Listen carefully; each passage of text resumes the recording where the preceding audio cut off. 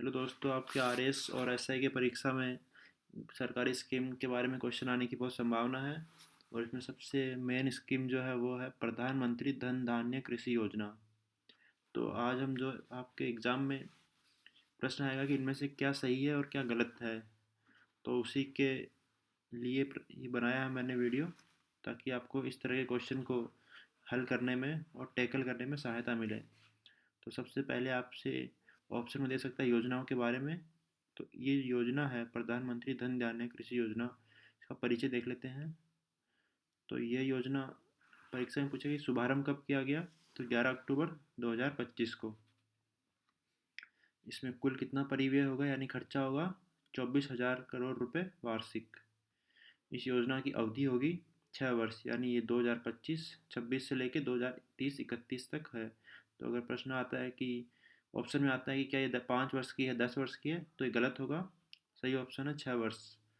अब ये योजना कितने जिलों में लागू होगी। तो ये 100 आकांक्षी कृषि जिले होंगे, उनमें लागू होगी। अब आप जो आरएस की परीक्षा दे रहे हैं उन्हें पता होना चाहिए कि राजस्थान के 8 जिलों का इसमें चयन हुआ है। और ये आवश्यकता नहीं है जानने की आपको, फिर भी आप कोई मेंस में उत्तर लिखना है उसमें लिख सकते हैं लाभार्थी लगभग 1.7 करोड़ किसान होंगे। अब इस योजना का मुख्य उद्देश्य क्या है। तो इस योजना का मुख्य उद्देश्य है कृषि में उत्पादकता में वृद्धि, फसल विविधीकरण, सिंचाई बुनियादी ढांचे में सुधार, भंडारण और मूल्य संवर्धन विस्तार एवं सस्ती ऋण उपलब्धता सुनिश्चित करना। अब ये किस इसका जो कार्यान्वयन मॉडल है, यानी किस प्रकार से इसको कार्यान्वित किया जाएगा, उसके जुड़े हुए कुछ ऑप्शन आ सकते हैं, तो वो देख लेते हैं।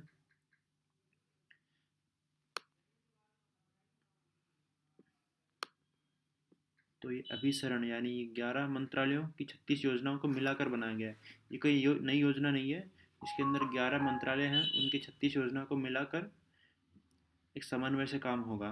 तो ये ऑप्शन में आ सकता है कि इसमें 10 मंत्रालयों की 35 योजना का अभिसरण है, तो नहीं, ये सही उत्तर होगा 11 मंत्रालयों की 36 योजनाएं। कम करना। अभी इस योजना की प्रेरणा कहाँ से मिली है। तो आकांक्षी जिला कार्यक्रम है, एक एस्पिरेशनल डिस्ट्रिक्ट प्रोग्राम, उससे प्रेरणा लेके ये प्रधानमंत्री धन धान्य कृषि योजना शुरू की गई है। अब इसका जो कार्यान्वयन होगा वो 3 स्तर पर होगा, जिला, राज्य और राष्ट्रीय स्तर पर। और इसमें तकनीकी भागीदार कौन रहेंगे। एक तो आईसीआर रहेगा, किसान विकास केंद्र रहेंगे और राज्य के कृषि विश्वविद्यालय भी इसमें भाग लेंगे। अब ये बहुत इंपॉर्टेंट पॉइंट है कि इसका जो है जो एक डिजिटल डैशबोर्ड बनेगा, जिसमें 117 मुख्य प्रदर्शन संकेतक होंगे। इन संकेतक के आधार पर जो है प्रोग्राम की मॉनिटरिंग की जाएगी कि कितना प्रोग्रेस हुआ है। तो इनको की परफॉर्मेंस इंडिकेटर बोलते हैं, यानी मुख्य प्रदर्शन संकेतक। तो ये 117 है इस योजना में। अब जिलों का चयन किस आधार पर किया जाएगा, तो ये भी ऑप्शन में आएगा कि इस आधार पर किया गया, इस आधार पर नहीं। तो सबसे पहले है निम्न उत्पादकता, राष्ट्रीय औसत से कम जिन जिलों में उत्पादकता है वहाँ वहाँ योजना को कार्यान्वित किया जाएगा। दूसरा है मध्यम फसल सघनता, यानी जहाँ फसल जो है कम मात्रा में होती है।